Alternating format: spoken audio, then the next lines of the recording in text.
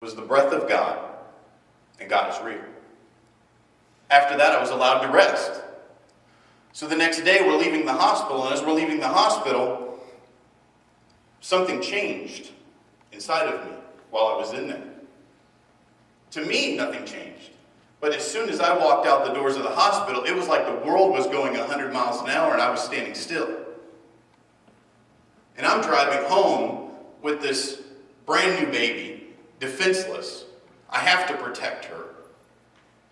I'm her guardian on this earth. If anything happens to her, they're coming through me first. Missy referred to it as me being a rabid pit bull.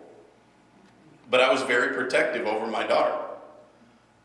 And I take off out of the hospital parking lot. And any of you who have ever driven in Dallas will know exactly what I'm talking about. People are flying by you like they have an emergency they're heading to. The term, "where's the fire," comes to mind a lot. And I'm driving, I mean white knuckles on the wheel, driving down the road. And I really understood at that moment what the baby on board sign meant. Except I felt like it should be a lot bigger, like the Domino's delivery guy. Big, huge flashing sign that said, "I've got a baby in the car, slow down. Don't cut me off. New dad." So, you hang cars or cans off the back of the car when you get married. Something needs to happen when you're a new dad. A big, huge sign across the back window. "This is a new dad, leave him alone." They've got student driver, they need a new dad sign across the back of the window. But I was absolutely paranoid driving down the road with her. And that change came into me more as I was watching her for those few days that I watched her grow. I used to smoke pretty heavily, smoke cigarettes. And I would put her in her little bassinet, and I'd wheel her right up to the sliding glass door. I would step outside the sliding glass door and close it. This was my definition of watching her. And I would smoke a cigarette on the other side of the sliding glass door. And that voice that spoke to me in the hospital came back and said, "You're supposed to protect her. She relies on you to live, yet you are out here killing yourself." That was hard for me to swallow. It was hard to quit, but I did. It took a long time to quit, and that's another story for another day. But there's humor in that one also. But I found salvation in a dirt field. In the oddest place. I was working, and the Lord just struck me down. And I began to weep right there in the middle of this field. And I accepted Yeshua, or Jesus at that point, into my heart and vowed to live for Him. I had made a leadership decision in my home as a king. That decision led to a kingdom decision that affects my family still to this day. Because had I not made that decision, I would not be here. My family would not be being raised in the way they're being raised and brought up in the way they're being brought up. That one moment changed my life forever. Another decision that struck me even today. We've all heard about the miners in Chile who were rescued. And today I was watching the news, and as I watched the news, I heard that they were pulled out. As they were being pulled out, as they were coming out of the hospital, they were asking them what kept them going. And the first thing they instituted was almost like a government underground. There was a pecking order. There was a government within those men. There was a ruling party. They voted for different things. But the second thing they instituted was daily prayer. A leadership decision that led to a kingdom decision. Because all of those men prayed for every day that they were down there. And when they came out, God showed that they were alive and well. The same way that He came out of the grave, they came out of the grave. When they should have been dead, they were alive. But sometimes we can make bad decisions. we can make even ungodly decisions in our lives, like the elders of the children of Israel did. In 1 Samuel chapter 8, verses 4 through 5, it says, "Then all of the elders of Israel gathered together and came to Samuel at Ramah and said to him, 'Look, you are old and your sons do not walk in our ways. Now make us a king to judge us like the other nations.'" They wanted a king. They didn't want God anymore. They didn't want a prophet like Samuel. And if you think about it, Samuel was in the same position Moses was in. Moses listened to God. He was a prophet. He listened to God, and God gave the answer to the prophet gave the answer to the people. But they wanted a king. They wanted to be like everybody else. They wanted somebody that you could look at. So they got Saul. In 1 Samuel chapter 9, verses 1 and 2, it said, "And he had a choice and handsome son, whose name was Saul. There was not a more handsome person than he among all the children of Israel. For from his shoulders upward, he was taller than any of the people." From his shoulders upward, he was taller than any of the people. Either Saul had an odd head,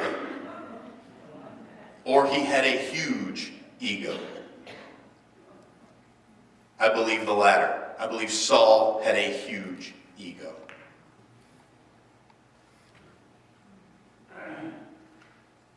In 1 Samuel chapter 10, verses 1 through 2, it says, "So Samuel took a flask of oil, poured it on his head, kissed him, and said, 'Is it not because the Lord has anointed you commander over his inheritance?'" I want you to hear that. Commander over his inheritance.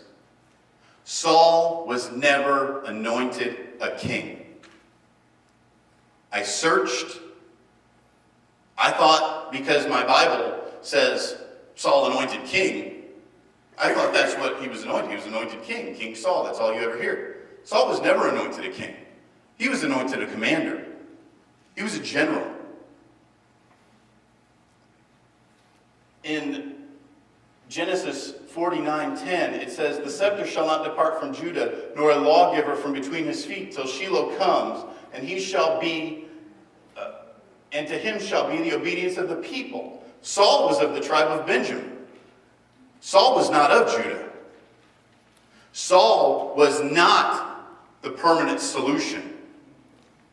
Saul was not a solution at all. They wanted a man to lead them. They wanted someone to look at, and that's what God gave them. God gave them a good-looking man with a huge ego and said, "Here you go."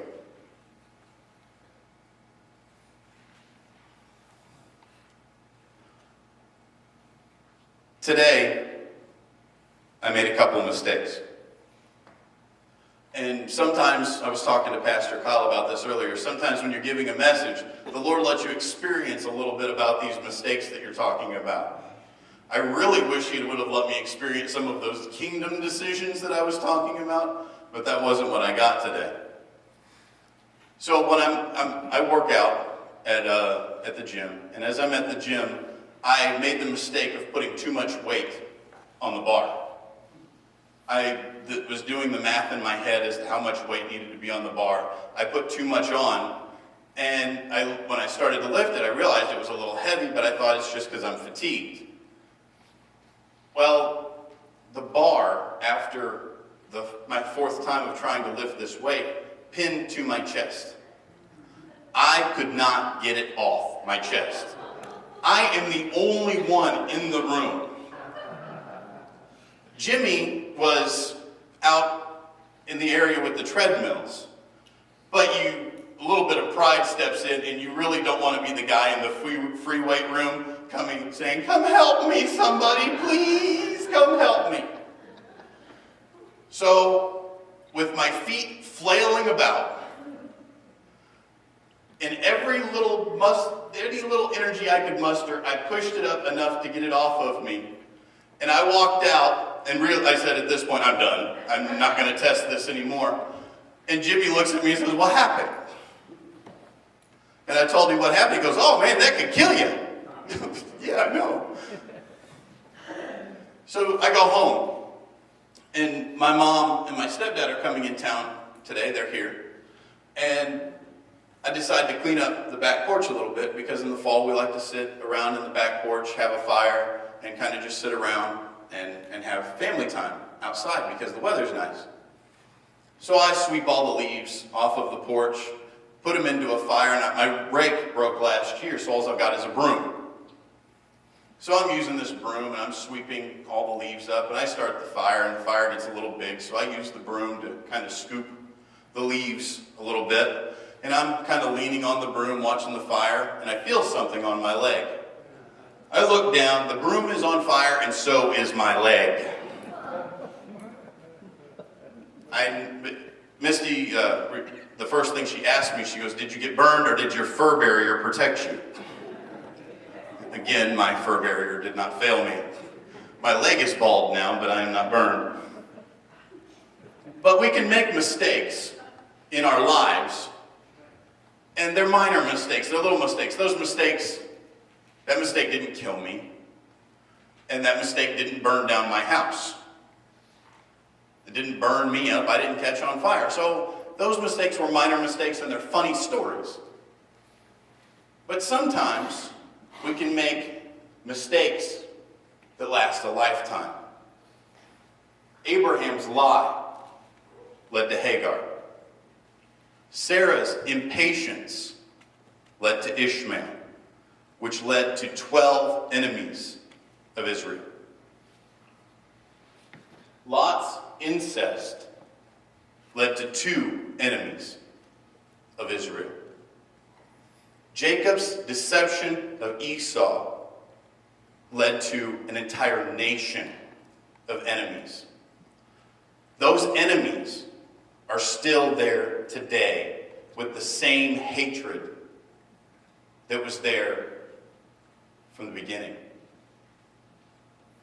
Those decisions had utter consequences that still affect the children of Abraham, the children of Jacob today. And I could go on throughout the scriptures naming all of these mistakes and the consequences of those mistakes, but I'm not going to do that. But there is one mistake that's worth pointing out. And the scenario that happened in Pilate's court, where they had to choose, the children of Israel have to choose between Barabbas or Yeshua. They had to make a choice. Bar-Abba is his real name. During the first century, during that period, the zealot generals were made up of mostly men of the tribe of Judah, who were trying to reclaim the throne of Israel back to the house of David. They were men who were qualified to be king and didn't feel like Rome appointing a king and a high priest was acceptable for Israel. So they were going to fight for it. They were going to reclaim that throne. Barabbas was one of those generals. He was a zealot. I mean, sometimes we see in the movies that he's some crazy wild man that looks like something that's been pulled out of a cage.